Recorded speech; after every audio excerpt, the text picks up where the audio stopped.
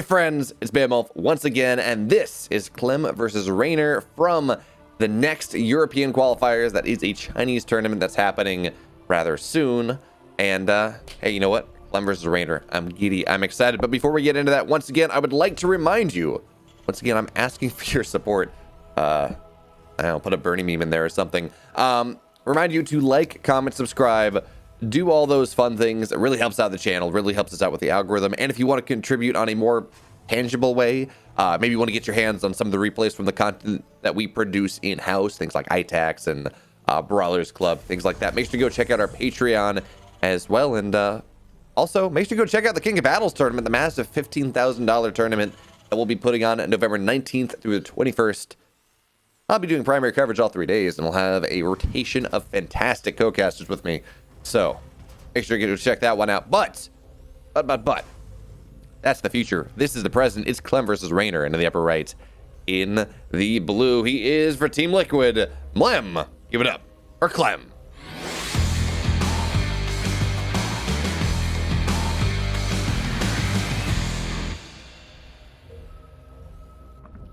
And his opponent in the bottom left in the red.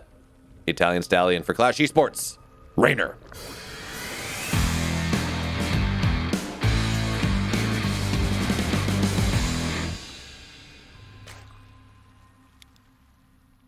There is a certain allure to casting a lot of a player's games all at once. So, you know, you may all see these games, they get produced and they get you know, one gets posted on Monday, one maybe gets posted on Tuesday and whatever.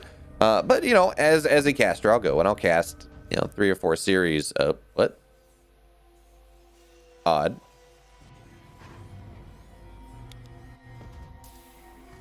Okay. Weird. Thank you. Thank you, replay. Anyway, I'll go and I'll cast like 5 or 6, 3 or 4 series at a time, and we'll go it out. And one of the benefits of that, especially, is it's like, oh well, I'm gonna cast a bunch of Reynor replays, and then they'll get posted over time, and then you get a really good look at what a player specifically is doing. So, for example, right before I cast this series, I cast Reynor versus Beyond, and you're like, okay, in that series, every single game, we saw Reynor open up with a pool first. Oh, look at that catch there! Well done, Reynor. I mean, part of that is a little bit of luck, but still, that is a fantastic catch there. Getting the Reaper there just immediately. Oh man, so much map control that Reynor has now that he has access to, which is really fantastic. I mean, it means the Zerglings can run across the map now if they want to, as we see them doing. It means that maybe he can put some pressure on the natural of, well, I mean, realistically, they're going to be Hellions out, but he's going to know with Hellions. He knows it's not going to be 2-1-1 or anything like that. But anyways, it's kind of interesting. I saw a lot of 16 pool from Reynor recently, but against Clem, they have just such an internalized meta between these two players that we see so many games go late. We see so many games look so good. And both players just kind of realize that they need to be, I'm not going to say as greedy as possible, but they need to be somewhere closer on the greed scale than you might be. Then Reynor might feel that he can do against Beyond cross map. So we're gonna have to see what happens there. As Lings do flood their way on into the natural here. 3 SCVs will go down as we have some SCVs or some Lings in the main, some in the natural. It's gonna be a full scout here for Reynor, and he will only get 3. But still, the full scout is massive, and with these only 2 Hellions that are allowed to be on the map right now, it's not like we're gonna see any sort of counterpunch. Not even seeing any creep removed for the moment. So Reynor already starting this map out very nicely indeed. He has 3 workers. He gets the full scout off. He sees this 3 CC play. I believe, did he see the tech lab on the starport? Yes, he did. So he knows just about everything, actually. He knows this is going to be Hellion Mage. He knows this 3 CC play. And he got 3 SCVs. So massive, massive early game for Reynor to start things out. And reminder, folks, this is the qualifying match for the European server for NeXT 2021. Again, it's a Chinese tournament. I believe Wardy will probably cover it, but I'm not totally sure. Again, it's kind of hard for anyone to cover tournaments, cover Chinese tournaments, because they're at weird times, or weird times for the West. And B, they it tends to be kind of a separate scene, but we do know Wardy has a pretty good connection with the tournament organizers, SC Boy and things like that. So I don't know. I think that may be where the main event does get covered, if you all are interested. I don't know if anyone else is going to get the opportunity.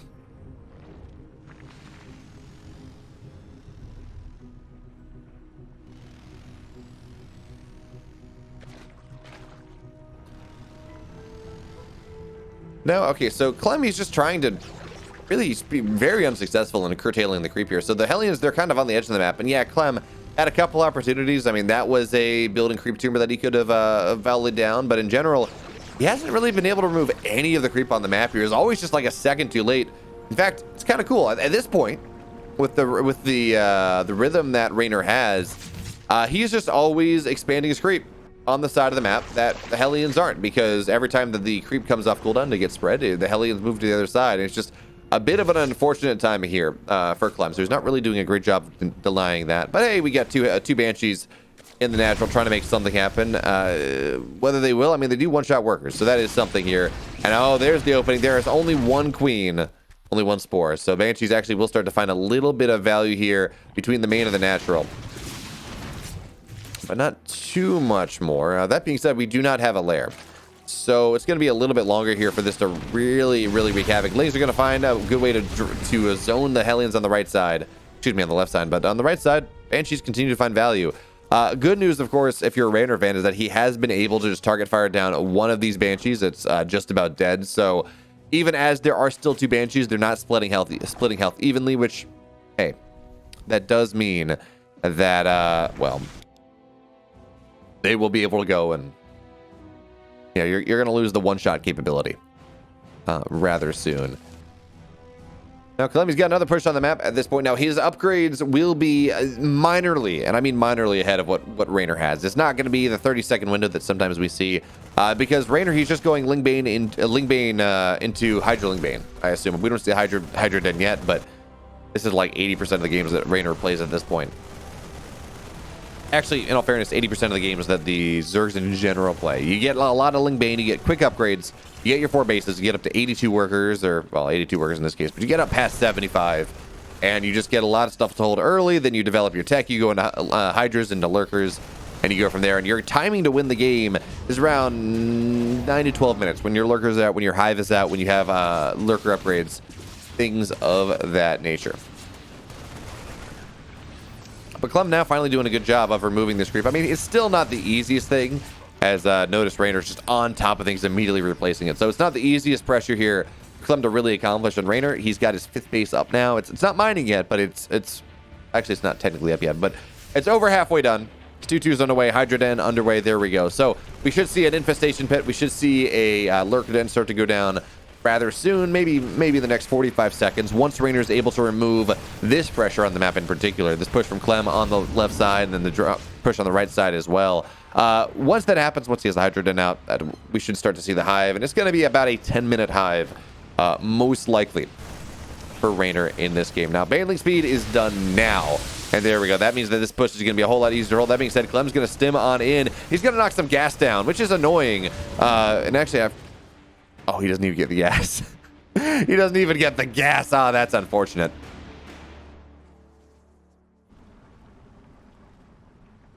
And you know, in most games, it probably would not be the most impactful thing.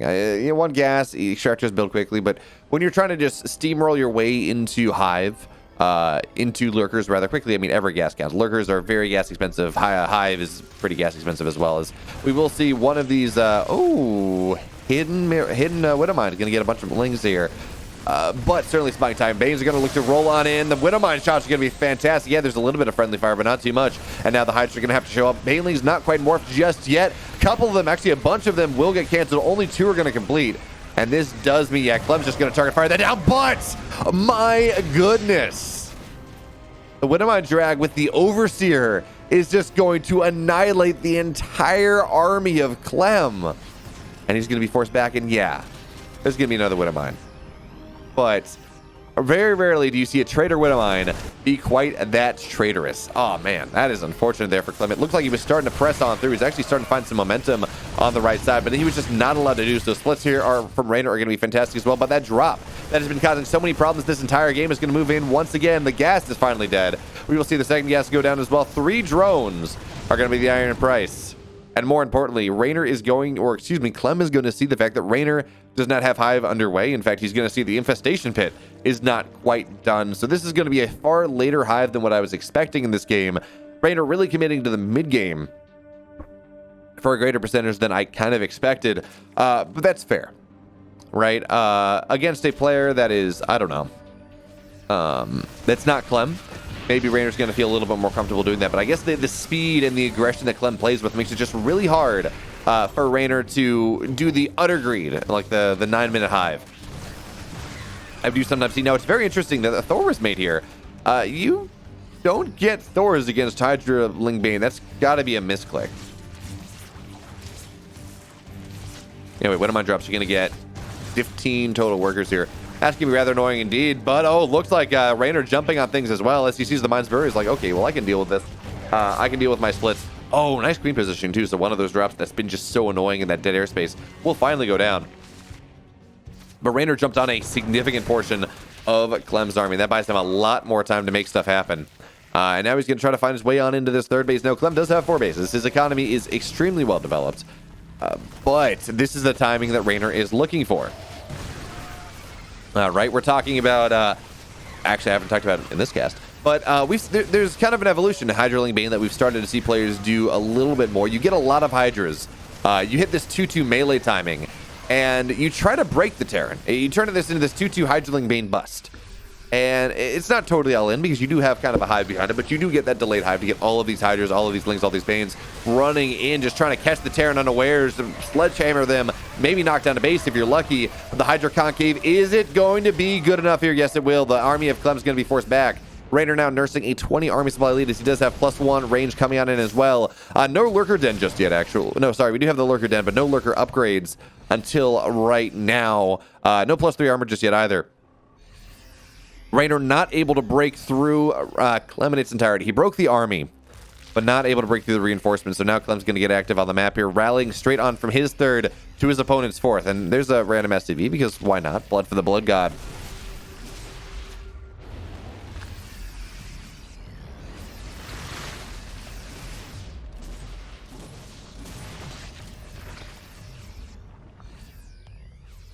Now, a key component of this game right now that we're looking at, yes, Reynor has his 5 bases, but he's having his 5 bases for like the last 4 or 5 minutes. He's got like one more spot that he can expand to. Meanwhile, of course, we have a big run by coming on in. Queens and Hydras are going to get on top of this tank, which really, that tank was rather exposed. You don't want that tank to be that exposed because it's key to dealing with these Hydras. But now Clem, he's got a big fight coming on, trying to punch through the Concave, but the Concave beats the Convex, folks. The tank's going to go down. The army of Clem is going to be forced back here. And by the way, this is 2-2 versus 1-2, so the Hydras are able to still fight in some semblance of decency, as the run by the way, got a ton done, but still 11-12 workers are going down here. This game is getting rather nasty as we will see this drop finally get taken down. The medevac will go down here finally, but 13 workers die in exchange. Bane's looking to roll on in. The Widow Mines, actually a great split there. It's going to make sure not too much goes down. Last Baneling, it takes 2 of them to kill an SCV. So yes, lots of SCVs injured, not a lot dead. And Reynor, again, we were talking about this. He's starting to hit that point in the game where it's hard for him to take another base. This position in the middle, I mean, the creep is not developed for it, not enough. He can take that position in the upper left that he has dropped a hatchery out, but that's pretty vulnerable to pushes from the left-hand side. So that's not all that great either. We have 2-3 underway. We have burrow speed just about done, and this is going to be the timing that Reynor's looking for. I mean, he tried to hit with Lingbane Hydra with about 30 Hydras, right? That is a timing. Sometimes it breaks the Terran. Not quite able to break the Terran here, but now, again, with Lurker range, there's actually, wait a minute, there's nothing that deals with Lurkers all that well. I mean, we got Marines. They don't do much. We have Marauders. They do a little bit better, but bonus damage to armor says nuts to that. We have some tanks, maybe. Ghostars finally now starting to hit the field, but not until right now. And the Lurker is getting a bunch of work done. Actually, we don't looks like we do not have a scan because Reynor or Clem is not reacting to this. Actually, this base is going to get target fire down. Is there going to be a repair that is going to good enough? Yes, it is. Not too many lurkers here just yet. Adaptive Talons done in 10 seconds. And this will allow the lurkers to really start repositioning. Abducts on top of all of these ghosts are going to make the anti-lurker tech really, really ineffective. And now Reynor really starting to close the noose on Clem in this game number 1 of our qualifying match. But it looks like actually Reynor is going to retreat for a time. Realizing that maybe it's a little bit hard to push on in there right now. I really would have preferred that. I think he had a great concave. He was in great position. But he moved a bunch of his lurkers away from the army. And I assume he was just relying on the fact that reinforcements were going to start coming on in. He just didn't have enough to deal with the army plus the reinforcements. But I don't know. I feel like that could have worked. Oh, hold position. Unleash it. Reynor. Oh, there's the ghost around. Oh, release it. Reynor, do it. Reynor. There we go. But oh, it's too late. It's too late. The whole position move was almost fantastic, but not quite getting the shots off. Still a fantastic fight. But not quite. Oh, okay, there we go. There's the spines coming on in. As, by the way, Clem is on 5 bases, so Reynor does feel the need to break this position because he's only on 6. He's had a big income advantage for a good portion of this game, but it really is starting to come back in Clem's favor. But now the lurkers on the concave, Lings and Mains find their way on in. And by the way, this is +2 melee. This is not you get +1 melee, you go immediately into ranged attack that we used to see. These Lings are impactful, they are powerful, and they can take fights on their own. But of course, you want the lurkers in exchange. I love the random lurker idea. I don't know if that was intentional or not from Reynor, but it does mean that rallies off the right-hand side will probably get dealt with. The lurkers continue just to inch on forward here. We will see the Widowmine's not quite dead yet, but that's fine. Lurkers in the 3rd, and now we just have a bunch of lurkers here. They do have +2 starting to shell away at this planetary. Bonus damage to armor, folks. This planetary is not long for this world. The repairs are doing something, as we will see a ghost get abducted, maybe? There we go. Ghost starting to get abducted here. Go down. That ghost, that goes behind the planetary and actually not doing all that much. We'll just die for its troubles. And even as Clem is doing a decent job of keeping this base alive, he can't afford that. His repairs are just too gosh darn expensive. So he's going to lose the base regardless. He just kept it alive for a while. Really wasn't able to do much. And now we're starting to see Reynor really close the noose in this game. He's got an army on the right side, got an army on the left. If Reynor can break the 4th, suddenly that's going to be the big deal here. Now, that is an unfortunate burrow position. It means you don't really have high ground vision. So it's really hard to cancel those ghost snipes. Banelings look to roll on in. A couple lurkers here will get slowed down. We'll get target fire down. But this is +3 carapace lurkers. They don't die all that quickly. In fact, one thing I never quite understood, just why lurkers are so gosh darn tanky. You know, 200 HP is a lot of HP for just for a unit like this. I mean, I think that's more than a tank. Anyway, now we have the push coming in from Reynor on the left-hand side. He's got this one lurker just continuing to be annoying, getting a bunch of SCVs. But now this is the big push. Lings, Hydras, lurkers, all on top of this base. Yeah, there's a repair, but Lings are just going to be able to knock that one down. Easy as you please. The 4th base is going down. Hydras target firing down the command center, so there's going to be nothing to replace it. This is very quickly functionally a 2 base. Oh man, those spines down on the rest of these ghosts, they're going to be very, very low. That being said, there's a lot of medevacs, 15 medevacs, but there's no army to go with it. GG. Clem, he's going to fall down, and Reynor, he takes game 1 in this qualifying match. Okay, so now we find our way into game number 2, and as a reminder, folks, this is qualifier number 1. 2 players qualify out of this qualifier, European qualifier number 1, and then 4 more players will qualify out of qualifier number 2. I believe players from qualifier 1 get higher seeding or preferential treatment in group selection, something like that. So whoever loses this series, whether it's Reynor or Clem, they're not out of qualifying. It just means that they won't qualify through the first qualifier. They'll have to come back for qualifier number 2, whenever that was, and go through there. So on Curious Minds, apparently there was almost a disaster with Reynor. Luckily though, there's not. That's good. That's good. So Curious Minds is a much smaller map than what we saw with Glittering Ash game number 1. I don't think this game goes to 20 minutes again, although I guess technically game 1 was 19 minutes, so you know, no big deal. But still, I don't think the game's going to go quite as long. You have this really powerful rally position through the middle. We've seen Terran players starting to take this down for a while. Like the first week of this map, week or two of this maps, I swear I never saw these rocks get taken down. But as the map has gone on, as people started learning it more, we're starting to see some pretty devastating Terran pushes off of 3 bases right through the middle of the map, because there's like no gap between that spot and the 3rd base of the Zerg player, and also no gap between the Terran and that spot. So really, if you kind of rally through there, you're defending your base extremely well. You're putting a lot of pressure on the Zerg 3rd immediately, and it becomes hard to deal with. Not impossible. I'm not saying it's broken, but it is a powerful idea that we have seen Terran players start to lean into just a little bit more. Now, Reynor, once again, he is going 16, 18, 17. You know, the same thing. The same build, time after time.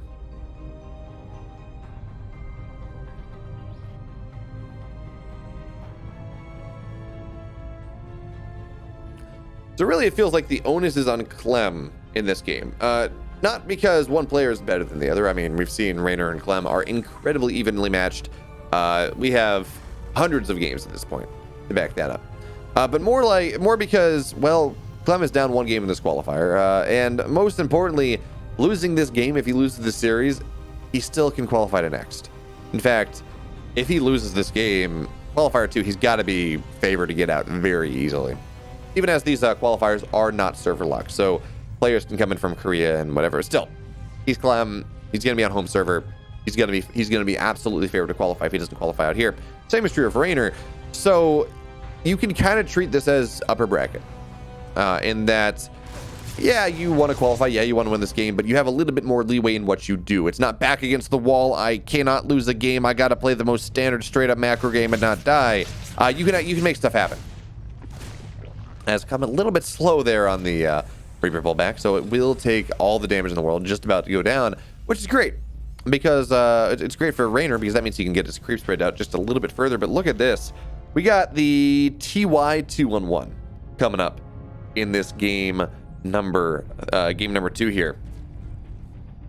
And this the TY211, it means the 211 hits at 5:45 instead of 5 minutes. But it does have a 3rd base behind it, and it gets 2 to 4 Hellions with it as well. Really just generally 2 to give you a little map control early on, but also to kind of spread the idea that it's not a 2-on-1. It's a little bit harder for the Zerg to figure out what's happening.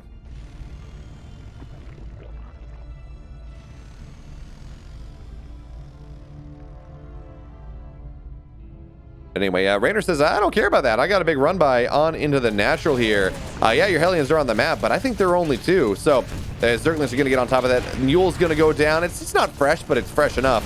We'll see 6 workers go down. The Hellions are actually going to get surrounded here. And suddenly, this is if you lose the Hellions, it is such a problem because, well, there's no more Hellion production. Yeah, they're going to get trapped. 7, 8, 9, 10 workers will go down here. Every worker in the natural will go down. The Hellions are dead. And man, this is disastrous for Clem at this point. His entire natural mineral line is dead. Zergling's getting on top of this base. It will force it to lift. And yeah, it's a 2-on-1. It's going to be great. There's no economy behind it. Clem lost 15 workers. Reynor did not really commit to this all that much. And yeah, he's not going to have double upgrades. He's not going to have double Evo upgrades. But that's fine, because he just knocked the economy of his opponent in half. That definitely makes up for slowing down your economy just a little bit. Actually, more than in half, because, well, the natural's not even mining. It's not even like getting all the SCVs. The natural's not even dropping mules. So Clem's going to have to get a lot of damage done with this push. And yes, there is the Baneling nest is a little bit late to deal with this for the most part. However, again, Reynor is going to have a very good idea of what's happening. He's going to see all those Marines. It's like, okay, wait a minute. That's like 2 racks Marine play. That's not off of 1 barracks. So I know you got a lot. I know you got more production, and he will also be able to just generate or represent the threat on the map here for Clem. Because the moment Clem moves out, he's like, okay, I'm going to have a bunch of links in my base. I cannot afford that once again, which means that this 2-on-1 timing that hits at 6 minutes, quote unquote, Yeah, it's not going to do all that much here. Yeah, notice Clem lifts up. He's like, I'm running across the map. No, Ling's in your base. You're not running across the map. Not at all. And here we go. +1 melee underway. Baneling speed underway. We got a second Evo as well. And there we go. Ling's in the base once again. But there's a heli in the wall. No longer is Clem afraid of that. But we have 7 queens on the map. Not 9, interestingly enough. Is this even Reynor? Does this even count? But the Lings are going to find this drop. The queen's there as well.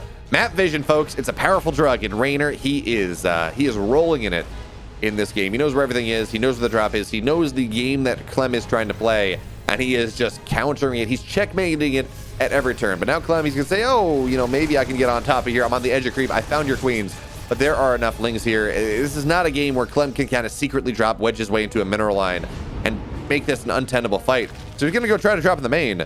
Folks, you can see on the minimap just how well that's going to work out. A bunch of Lings on patrol. They're going to find this immediately. Clem not finding any damage anywhere. So he's going to have to really just sandbag this game out from now on. He's really not getting much damage. He actually doesn't have the opportunity. Well, actually, so he's not going to find that devastating spot behind a mineral line. He found that devastating spot behind a mineral line. It is so hard for Lings to get on top of. So never mind. But there are banelings on the field now. So really not that big of a deal. And baneling speed is done in 2 seconds. So that quote unquote devastating spot, not all that devastating at the end of the day. So yeah, again, what we were saying at this point, Clem is gonna have to take this game late. His economy is massively in the dumps. I actually would not be surprised to see Reynor just turn up the taps on 1-1 and go to town. But that's not exactly how Reynor plays. So we should be fine. In fact, I think the bigger deal is that I'm sorry, I said opening the taps at 1-1, well, as if that wasn't going to happen. Well, it absolutely is. The majority of Reynor's army is across the map, but he has enough Lings, enough Banes to counter this push from Clem as well. Lings, Banes find their way out in the third. It's actually just a big surround. The entire army is going to have to pick up. It's going to have to go home. And now we run into that problem where the army had to pick up, which means it can't do... Oh, that's a big Widowmine. That is a massive Widowmine. Maybe that's going to be enough here to allow Clem to stay alive. But Baneling's rolling on in, getting on top of this army. The army supply of Clem falling through the floor. Lings, Banes, upgrades are actually getting a target fire down, though the will complete. And only 5 SCVs go down, so as big of a push that was, as good as it was looking for Reynor, Clem was able to make himself survive. But he says, it's not worth it. I'll just go qualify tomorrow. Reynor takes the series 2-0. He qualifies it with advantageous seeding to NeXT 2021. Thank you so much for watching, folks. If you like what I do, twitch.tv/Bamulf. I do EPT Cups, other things, and The Apprentice. And make sure to go check out King of Battles 2. It'll be happening November 19th through the 21st. Twitch.tv/AlphaX SC2. But for now, folks, love you all. Stay safe. Catch you next time.